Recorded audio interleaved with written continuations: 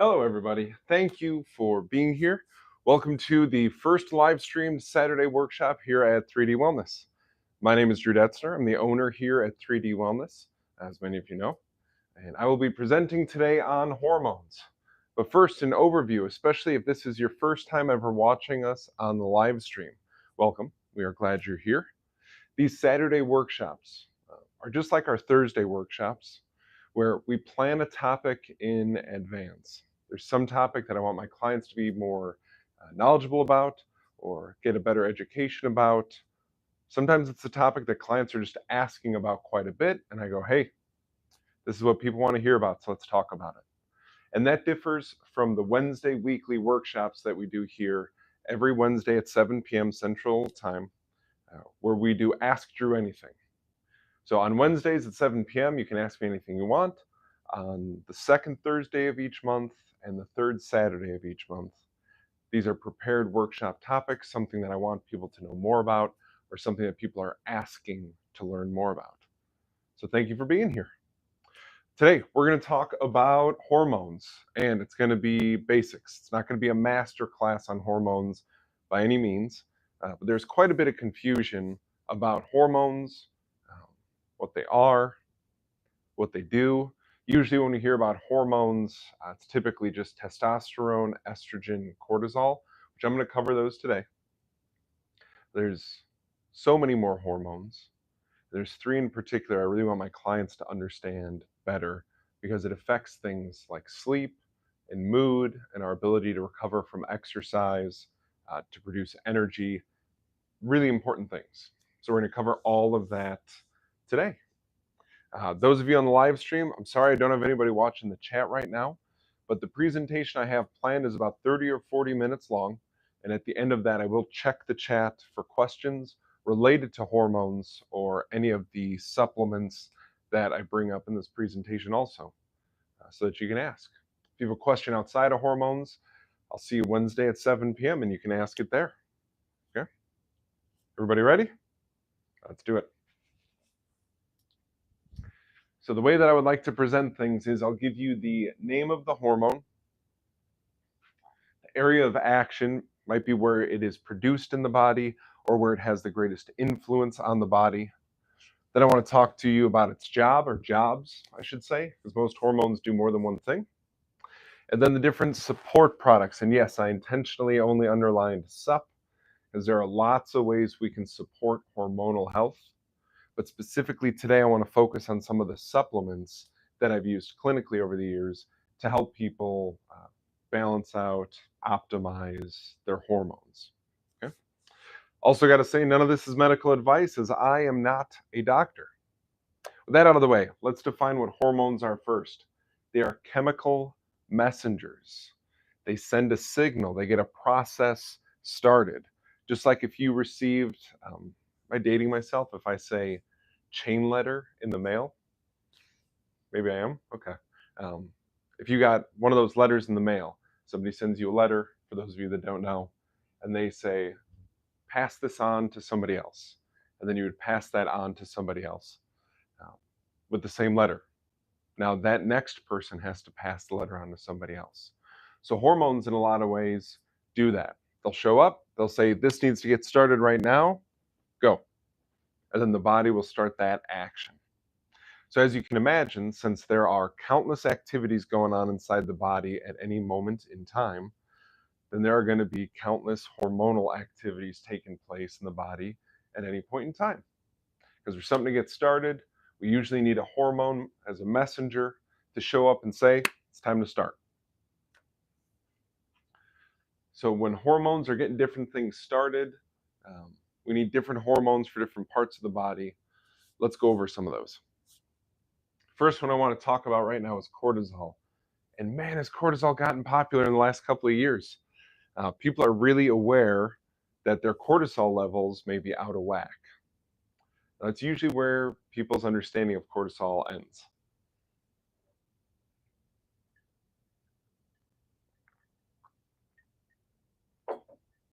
Maybe you saw a social media post talking about cortisol. Maybe you saw something about stress. You have a friend who's seeing a really good counselor maybe, and they're talking about stress and cortisol, let's understand it a little bit better. It is primarily a product of the adrenal glands. So, to be clear, we have two adrenal glands inside of our body, one on top of each kidney. They sit right about there in the body. They're about the size of a walnut, and they kind of look like a walnut too. Those glands are largely responsible for our cortisol production. You may have heard the term fight or flight. You may have heard the word adrenaline before. These are all adrenal related things. The job of cortisol, I want you to understand this part. It's not just stress. It will turn blood sugar levels up, and it will turn the immune system down. So if we talk about cortisol, some of you have been on hydrocortisone before. It's a steroid. Maybe you had some kind of injury or you had a lot of inflammation in your airways and the doctor prescribed that to you to help reduce inflammation. You were probably given the warning like, hey, this is a short-term solution because we can't keep you on hydrocortisone long-term because it could potentially disrupt your immune system. That's because this category of hormone does suppress the immune system. Now, in certain medical conditions, that can be really good. That is an entirely different workshop, though. I'm not going to get into that stuff today. But the other part, it will elevate blood sugar. Now, the reason that's really important to know is that if you are constantly elevating your blood sugar level via cortisol, it'll cause stress in your blood vessels, your veins and arteries. It'll also cause your body to have to potentially produce more insulin, which will be the next hormone we talk about in just a minute.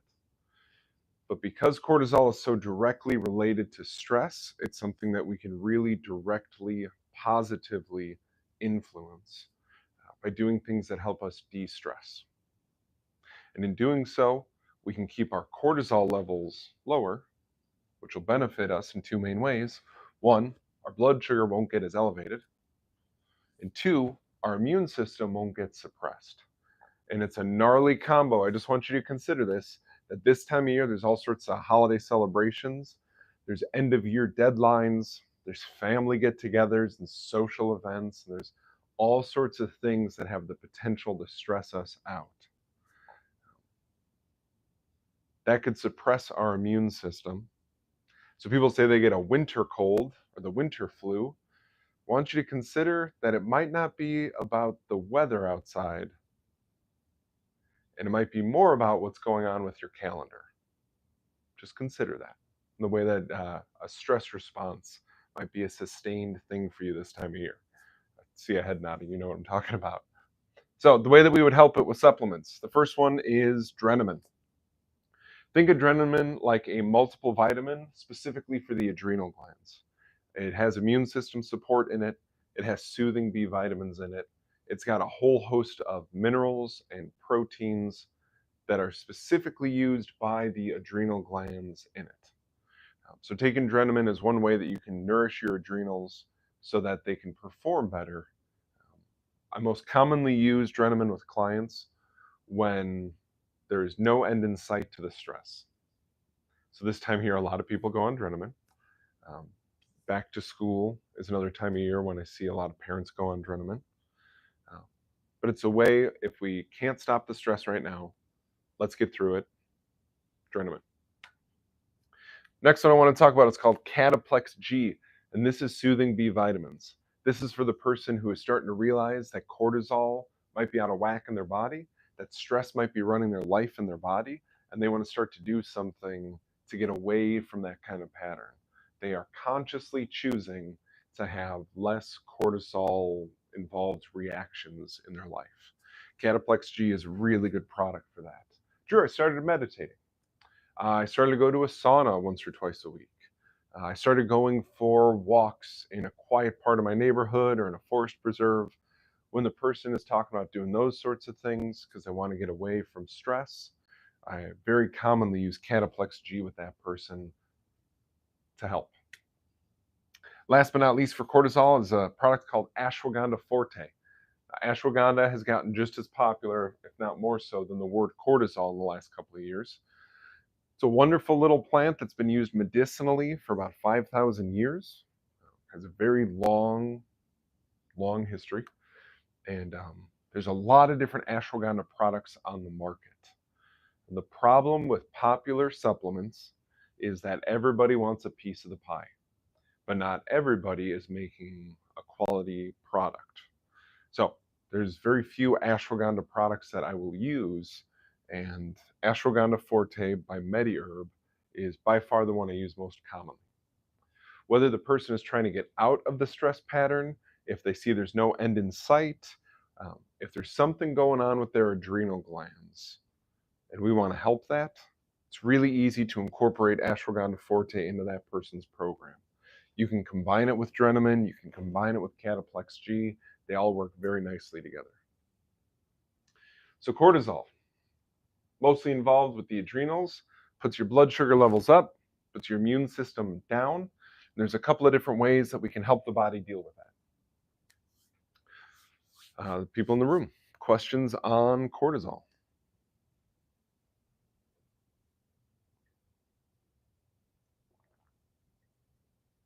All right, onward. I mentioned this one when I was talking about cortisol. Insulin is what's next.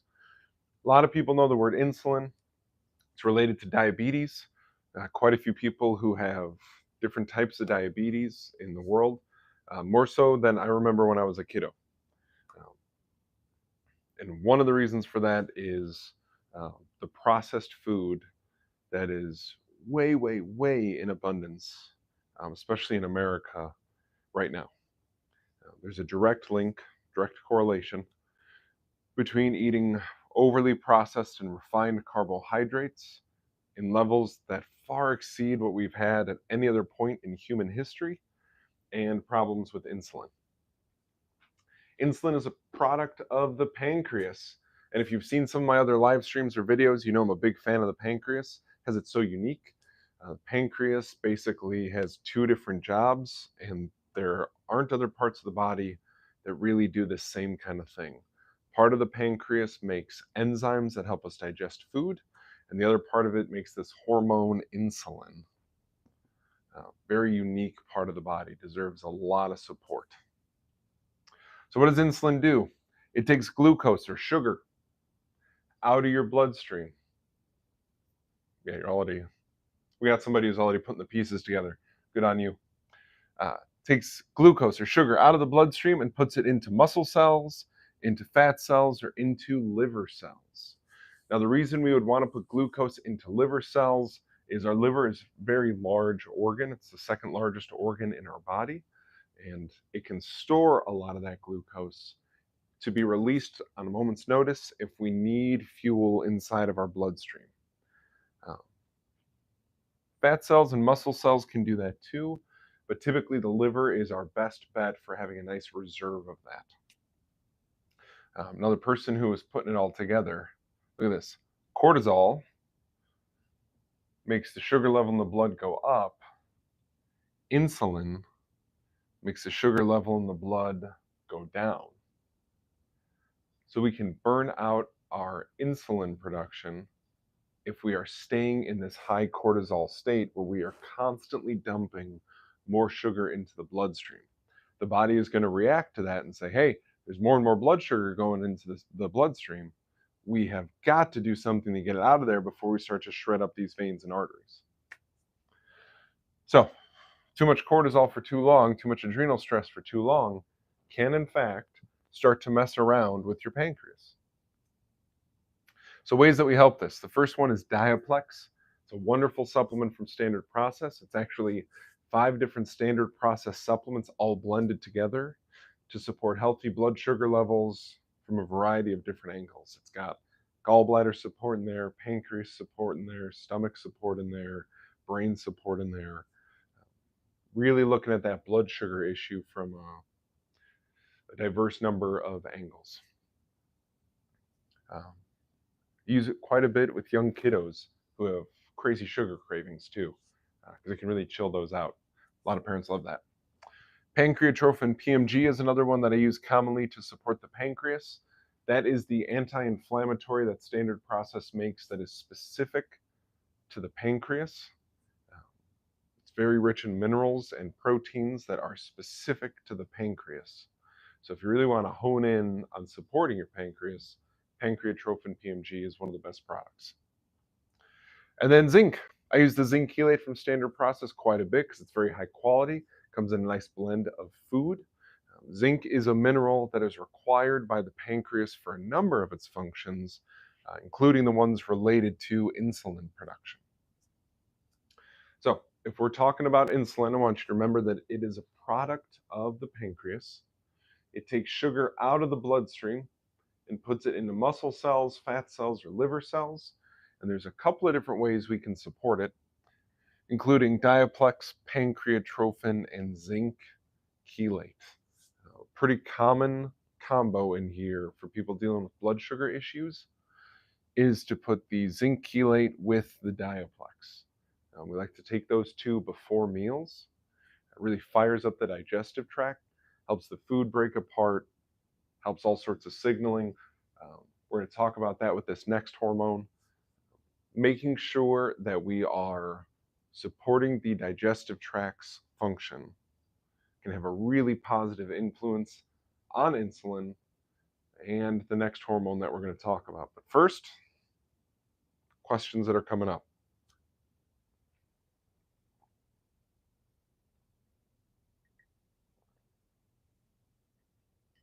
Okay, excuse me for just a moment.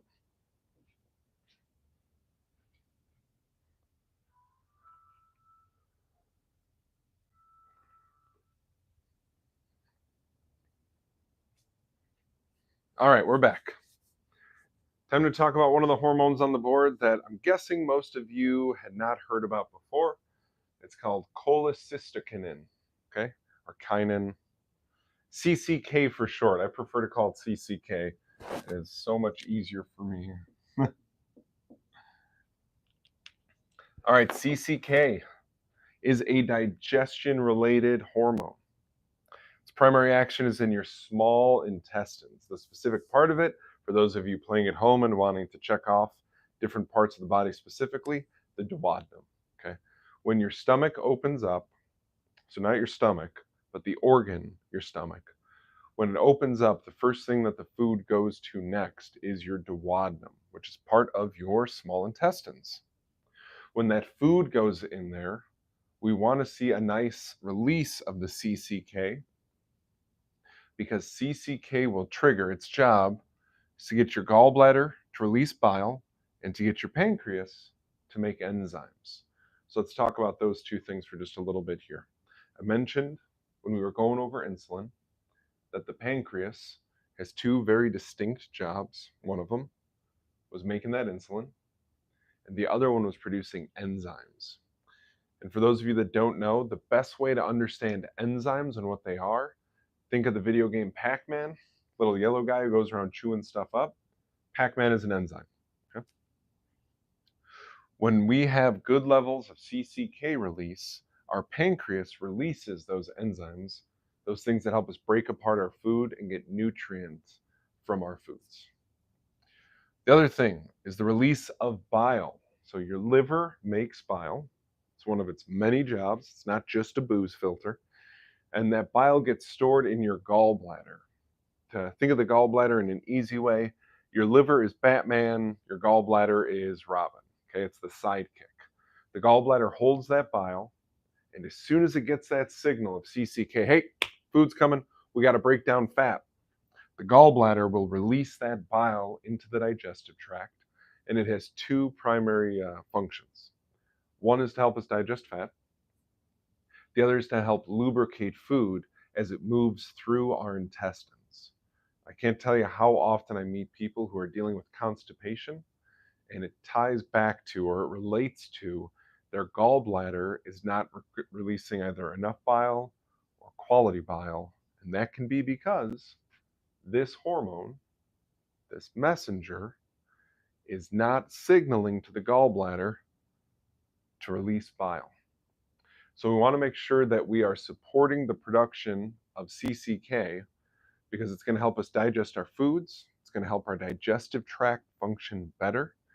I think that this hormone is criminally under acknowledged because it is so important for us to break down our food the right way and get our nutrients from it, and to make sure that our body can get our waste product to easily move out of our system. So how do we help that? First one is Cataplex G. You heard me talk about it up here when we were talking about adrenals. Aside from being rich in the soothing, the calming B vitamins, Cataplex G is also really good for our duodenum, that first part of our small intestines I was just talking about. The digestive tract is a really complex thing. It's a very unique thing inside the body. There's a lot of nutrients needed for its function. But if we start to isolate different parts of the digestive tract, we look at just the first part of the small intestine, the nutrients that are in Cataplex G are heavily used by that part of our digestive tract. Next is Dermatrophin PMG. And just like Pancreatrophin PMG, this is a product that is specific to reducing inflammation in a certain area of the body, in this case, the skin and the intestines in the body.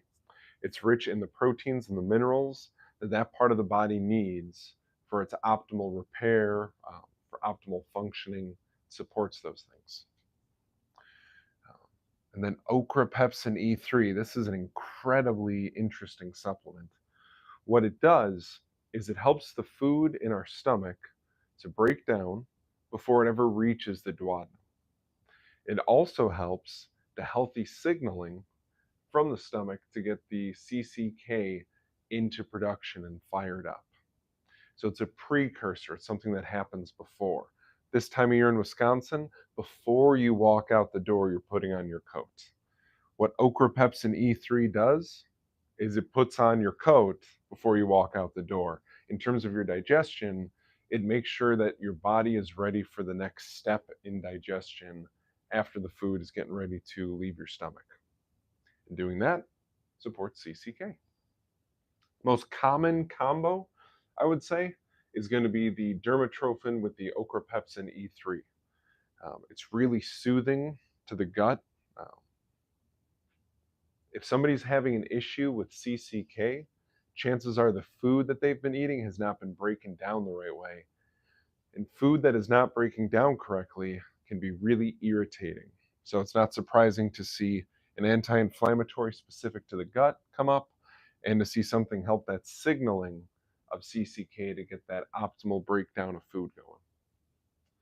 CCK, produced in the first part of your small intestine, your duodenum. You can impress your friends and family at holiday gatherings when you say duodenum to them. The signaling of CCK helps the gallbladder release bile to break down fats and to help lubricate the bowel, and also enzymes from the pancreas to make sure that we're getting that Pac-Man action breaking down our food. There's a couple of different supplements that can help us do that. People in the room, questions coming to mind about CCK, cholecystokinin?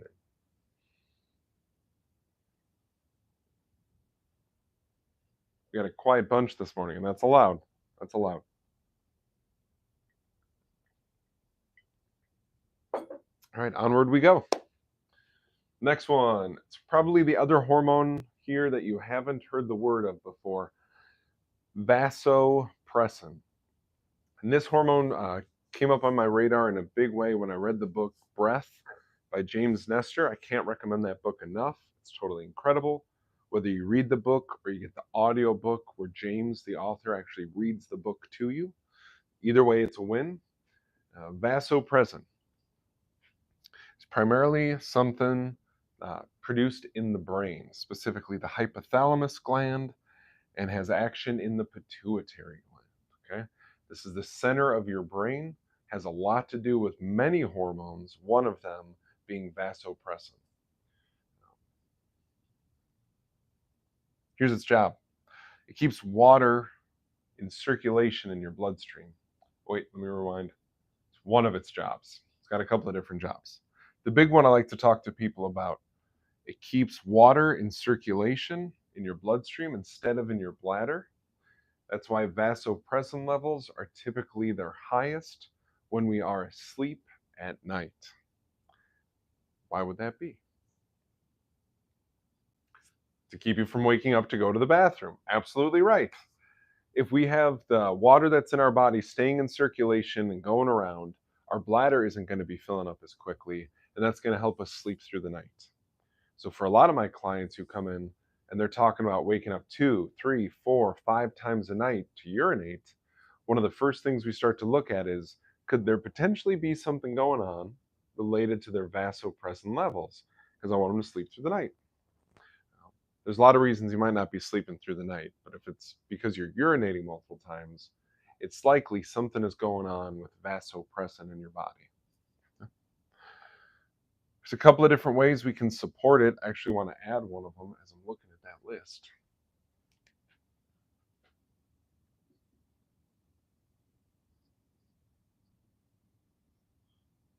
Hypothalamus PMG.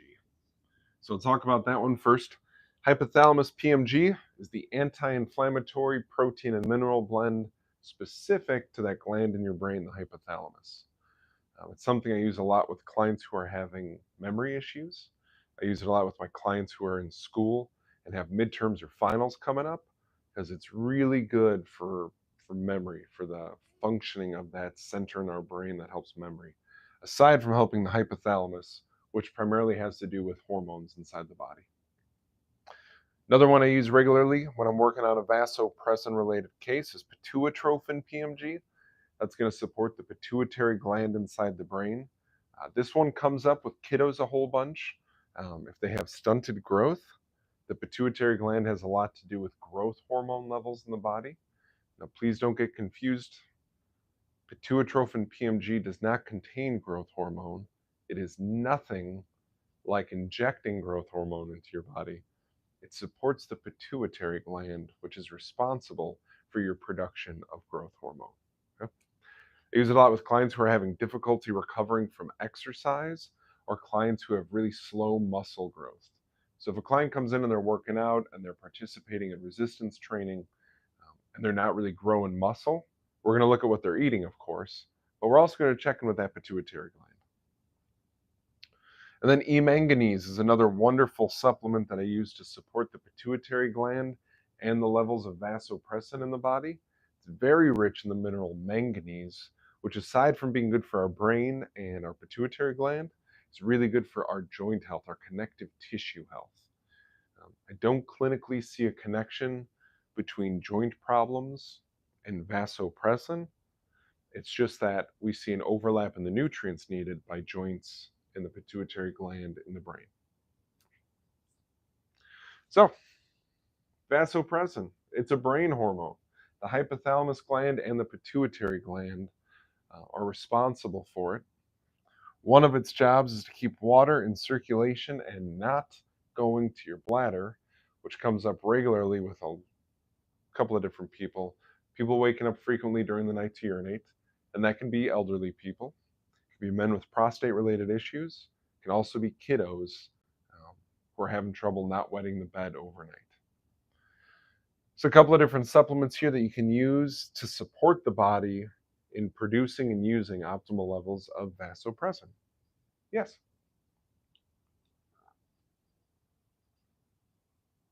Okay. So on the live stream, you probably didn't hear that. The question is, what's the youngest age that you could potentially have a vasopressin related issue at? It could be from the day you're born. It could be when you're a baby. Not that that would be some severe medical condition or something like that. You wouldn't necessarily notice that a baby is having a vasopressin problem because we expect babies to wet diapers overnight, especially. When it starts to become an issue is when you get a kiddo to that 4, 5, 6-year-old age, when you start to expect that they're going to get out of pull-ups. And if they're having trouble doing that um, overnight, then we would start to look at, hey, what can we do to support that kiddo? I've used pituitrophin PMG plenty of times with kiddos who are 4, 5, 6 years old to help deal with bedwetting overnight. And really safe, it's really gentle, it's really easy to do because you don't need to take a lot of it to get a big influence from the body. So yeah, you could see a problem with that starting at a young age. And there's safe, gentle ways to support the body in dealing with that. I'm reminded of a client years ago. So I knew something was going on with her pituitary, and it had been going on for a while because her father was 1 or 2 inches taller than me. Her mother was 5'8" or 5'9", had been a volleyball player in college, um, so relatively tall for a woman. And their daughter, their youngest, in first, second, and third grade, had been the shortest kid in the class. And they said, look, she was growing through kindergarten into first grade, and then it seemed like she just stopped. I said, okay. The other thing we saw was that she couldn't have any sleepovers with friends because she almost always wet the bed. And that really bothered her. She was embarrassed about it. She wanted to have sleepovers. Other kids in her class were having sleepovers. She was invited to a birthday party that was a sleepover, and she had to leave. She missed out on some of the games. She was really upset about that. Her friends were talking about the party at school for the next week, and she couldn't relate because she wasn't there. She went home at 8:30. So she was upset about that. So we did a hair analysis on her like we always do. It's our standard thing to do a hair tissue mineral analysis. And we saw some of the minerals, including manganese, that are related to pituitary function were well out of balance. So we started to put those back into balance. One of the things we used to do that was pituitrophin PMG. Sweet little 8, 9-year-old girl, only about 50 or 55 pounds. Um, and she was taking 2 pituitrophin PMG a day. It took about 2 months. She started to get these little glimmers of things getting better. And I remember how excited she was about it. She reported, I wasn't there, that she'd run down to the breakfast table in the morning. My pull-up's dry. Like really excited about it. She get 1 or 2 days, then a little recurrence, then she get 2 or 3 days, and then a little recurrence. But those stretches of no symptom kept getting longer and longer and longer, and it all came from nourishing up her pituitary gland. Now, what's also really cool is that I worked with this young woman into fifth grade, and in fifth grade, she was no longer the shortest kid in her class. She was by no means the tallest, but that track record of being on the small side had stopped for her. She was really excited. Her older sister was not as excited, but yeah, the client was excited. So, vasopressin has a lot to do with the brain. It keeps water in circulation in your bloodstream instead of your bladder, which can really help you sleep overnight. And here are some nutrients, some supplements that can really help you address that.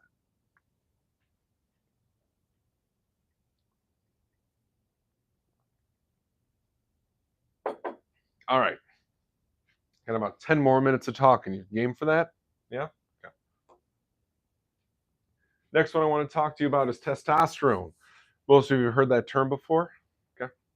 It's primarily a male hormone, but yes, women have testosterone also, just not as much as guys do. It is primarily produced in the testes and the prostate, which are guy parts. Your adrenal glands, which everybody has, can also produce a little bit of testosterone. Okay. So even if you're a woman, you make testosterone. Has a lot to do with muscle growth. When somebody has low levels of testosterone in their body, it's very likely that they're going to have difficulty gaining muscle mass, even if they're doing things right with eating and exercise. Has a lot to do with libido for fellas. Um, that is becoming a growing concern of mine as I meet more and more young men clinically here who talk about having a lack of libido, not understanding what the big deal is about dating, not finding people attractive physically. Um, it's alarming. I've been doing this work for 15 years. In the last 5 or so years, that idea has really been turned up. And I'm sure there's a lot of factors involved in it. I do think that testosterone is one of those factors. And then mood. If we have really low levels of testosterone, it's very likely that we're going to have a lousy mood. We're going to feel crummy, not as much call to action. If we have really high levels of testosterone, it's very likely that we're going to be more aggressive and sometimes inappropriately aggressive. A little bit of aggression can be a really good thing. It can help you rake the yard faster. It can help you pick up the other end of the sofa when you're helping your friend move and carry it up those stairs. and you're wondering why they moved into a house that has 16 stairs instead of 12. Um, but that little bit of aggression helps you carry that sofa. Okay. A couple of ways we can support this. One is Orchic PMG. That is the testicle specific anti inflammatory, mineral rich, protein rich supplement. Um, really, really good for a lot of things, including low testosterone levels in men, something that is safe to take long term. I use it with a number of my clients when they reach andropause. For those of you who are unfamiliar with andropause, that's the male equivalent of menopause. So a lot of the hormone production in the body starts to dwindle and go down. We can use Orchic PMG to help support the functioning of the testicles so that they have the best chance possible of producing more testosterone. Tongkat Ali is a wonderful little plant that's been used for hundreds and hundreds and hundreds of years to help produce testosterone. So sometimes we need to help get a signal of testosterone. We actually need some hormones to signal the production of this hormone. And Tongkat Ali can help us do that. It can also help decrease how quickly that testosterone gets burned off or used up. And then a supplement from Standard Process called Prostex, big time support for the prostate gland. Basically, if there's a big problem going on inside of the prostate and we want to start to right that course or correct that course as quickly as possible, Prostex is a really nice tool to have in the toolkit because it can help change the functioning of the prostate to better functioning really quickly. It is totally common for men going through andropause or men who know they have a low testosterone level to take all three of these supplements at the same time. That is not overkill. Testosterone is incredibly important for men. It's not going to give you super physiological levels like Barry Bonds. I guess just look up a Barry Bonds rookie year card. Okay, he's a baseball player if you don't know. Look up a rookie year card for Barry Bonds, and then look up the card from the year he was setting records, hitting home runs. Um, Something really changed in Barry. Pretty wild. Okay, we're never going to get those kind of levels from taking these supplements, but we can help correct low levels of testosterone to go back into a more normalized or standard range. So testosterone, primarily a male hormone that is produced in the testes and the prostate. Women make it also, though, in much smaller amounts. It is related to muscle growth, libido, and mood. And there's a couple of different supplements that can help our body produce that. Again, the supplements do not contain the hormones.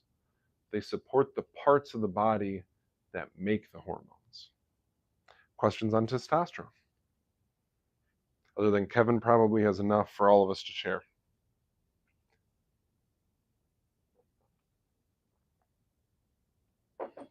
All right, let's finish strong. Ready? Estrogen. Estrogen is the female equivalent of testosterone.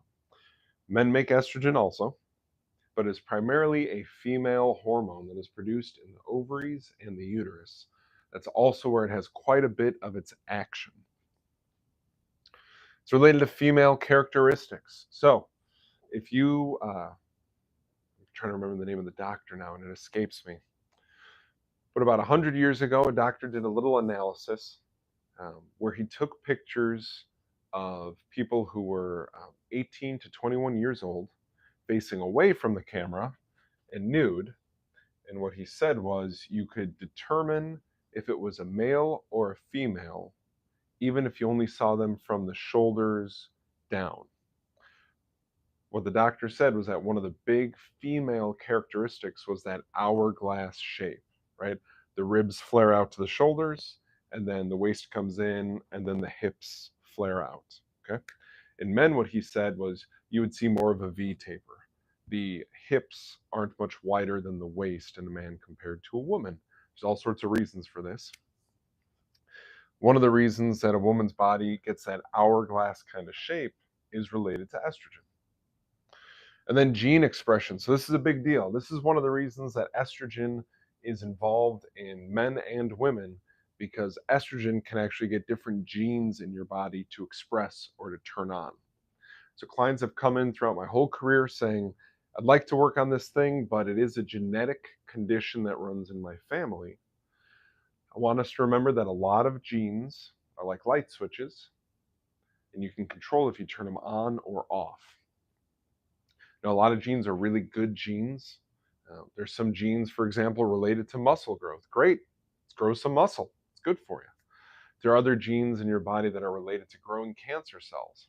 Not as cool as muscle cells. So one of the things we want to do when we're talking about estrogen is make sure that we aren't becoming something that's called estrogen dominant, which means whether you're a man or a woman, your body is producing way too much estrogen, more than is needed for ideal function. And that excess of estrogen can actually start to turn on genes that we don't want turned on. Ways we support the body in balancing and producing estrogen: OVXP by standard process. That is the woman's equivalent of Prostex. You got a problem going on with the reproductive system. You want to get it the course righted right away. You want fast change. We want to look at OVXP. Utrophin PMG is uterus support. It's anti-inflammatory for the uterus, has those proteins and minerals that the uterus uses. Something that a number of my clients over the years have used during pregnancy also, to make sure that they are nourishing the womb. Of course, if you're pregnant, if you're anybody, I said this before, I'm going to say it again. Run this stuff by your healthcare provider, okay? I am a guy on the internet, and yes, I have a lot of experience, and I come across intelligent. I get all that, but you're listening to me, and I might be a total stranger to you. Make sure you run these ideas past somebody who you trust with your health, who is competent in your health. Thank you. I'm off my soapbox. All right, and then SP Green Food. This might be a little bit of a curveball for a lot of you, because SP Green Food is a combination of different green plants that are grown in the Standard Process Farms perfect soil. It is perfect. That's a whole nother presentation. I'll do that presentation in the future, just talking about the Standard Process Farm. But SP Green Food is something that I've used quite a bit because it is a natural source of a compound called DIM, and DIM can help us deal with estrogen dominance. So if you are dealing with estrogen dominance, I just want you to know, quite a few times I have seen supplements support the body in dealing with that estrogen dominance. So estrogen is primarily a female hormone. That's why for the most part we hear about its production in the ovaries and the uterus. It has a lot to do with female characteristics and gene expression. There's all sorts of ways we can nourish our body to produce it and use it the right way. We did it, everybody. I think I said this on Thursday when we did the Thursday midday workshop. We got through it all. Okay? People in the room, questions coming to mind? Yeah.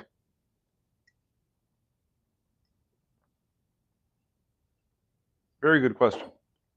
The question was, what if I have issues with multiple hormones at the same time? That's a real thing. It's a very good question.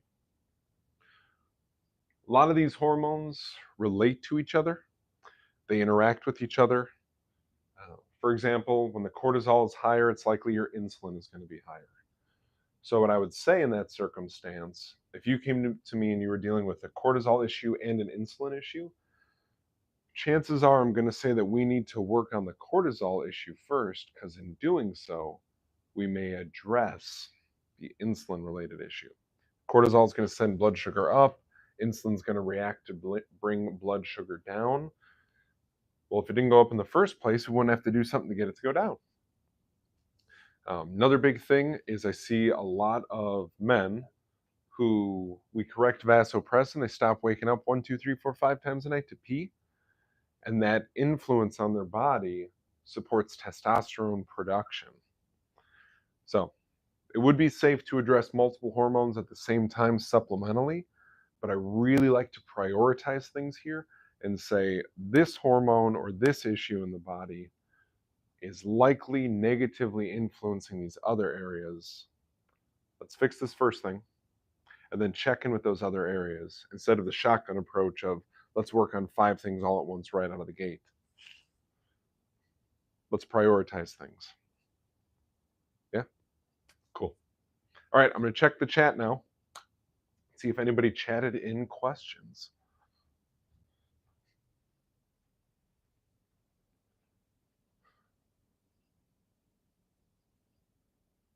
We got all sorts of people here.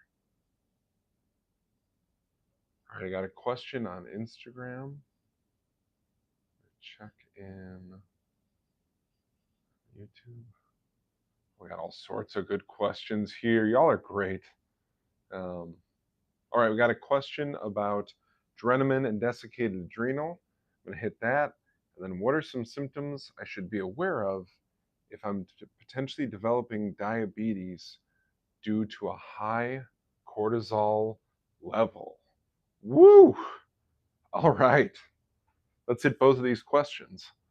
So the first one was, what are going to be the symptoms if my cortisol level is going so high that it's starting to mess with my insulin and my pancreas so much?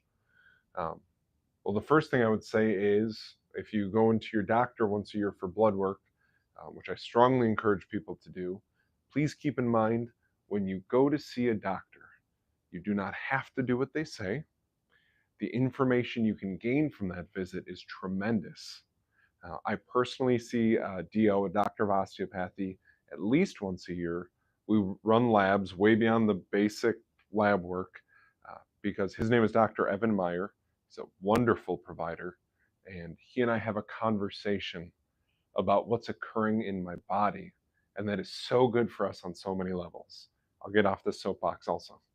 But you would go in, you would see your doctor, and you might see that there's a blood sugar related issue going on, that your hemoglobin A1C is elevated, your fasting glucose, that means how much sugar was in your blood after you hadn't eaten for at least 8 hours, would be up.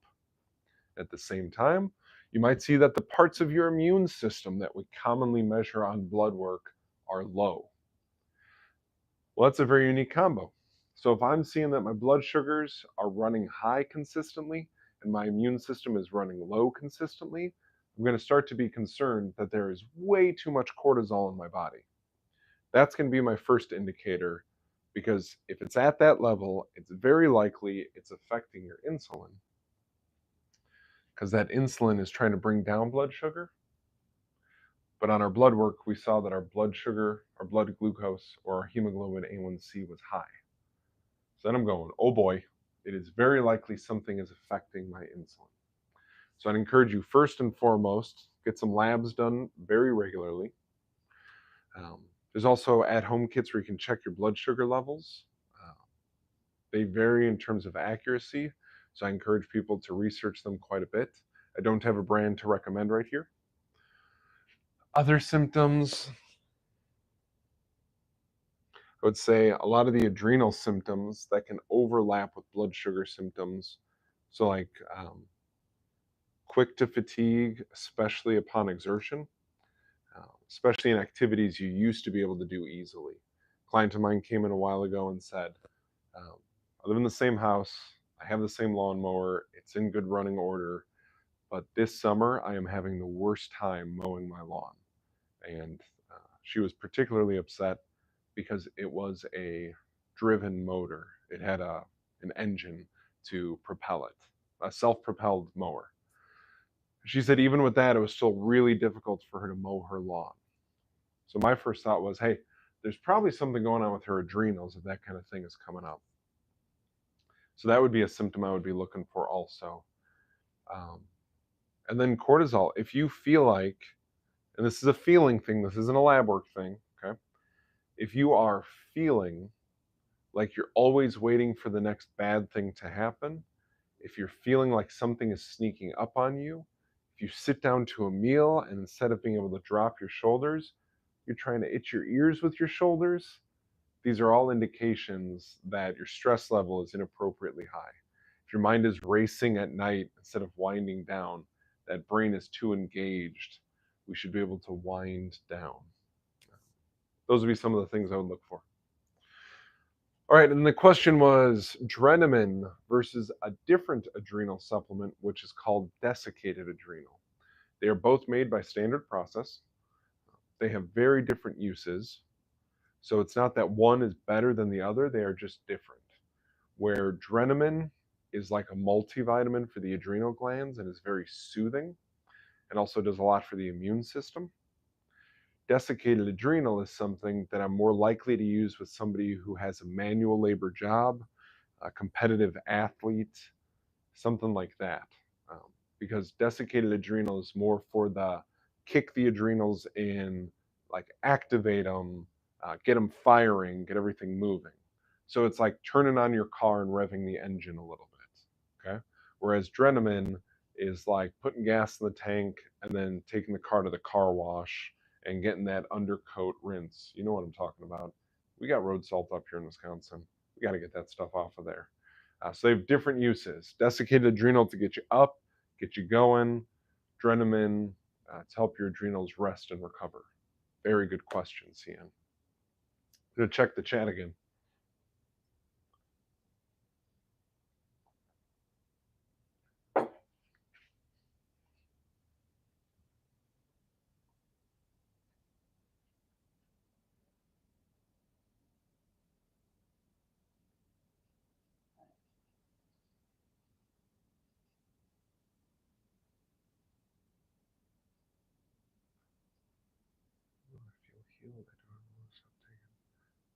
Nice. So, CN, I like your comment.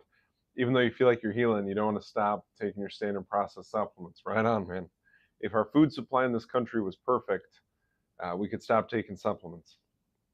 I'm glad you're here, CN. All right, Lori has another question. I've heard our human growth hormone decreases as we age. What exactly is this hormone, and how important is it that we keep it at a certain level? All right, I am not able to draw you the molecular structure of this hormone, so I'm sorry to say that I can't tell you exactly what it is. Here's what I'll do instead, is I'll talk to you about some of the action that it has inside the body. This hormone is primarily produced in the pituitary gland. It has a lot to do with growing the body. So when we need to have longer bones, when we need to have bigger muscles, when we need to recover from an injury or a trauma, we want to have growth hormone to help stimulate and kind of press on that process of growth. So the title for it is perfect. Human growth hormone. What does it do? It helps humans grow stuff in their body. Okay? Um, it's very common that it decreases as we age. Now, the primary reason that I see for that is that people are lacking the nutrients associated with optimal pituitary function. And we see that on a lot of levels. If you talk to most older people, they're going to tell you they wake up 1, 2, 3, 4, 5 times a night. And it might be because they're urinating, might also be because they're just woken up.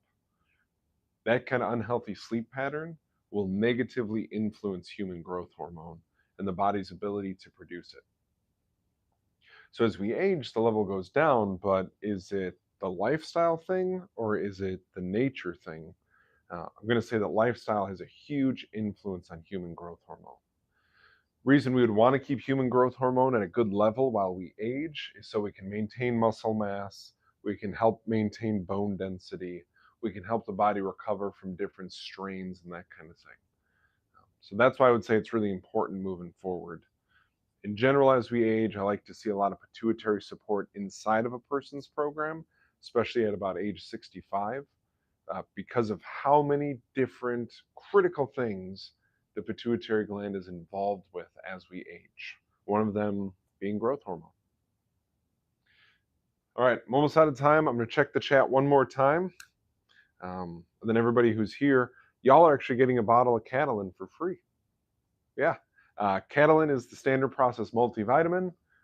Everybody who's come to the workshop today gets a free bottle of Catalin. Okay. One more check on the chat.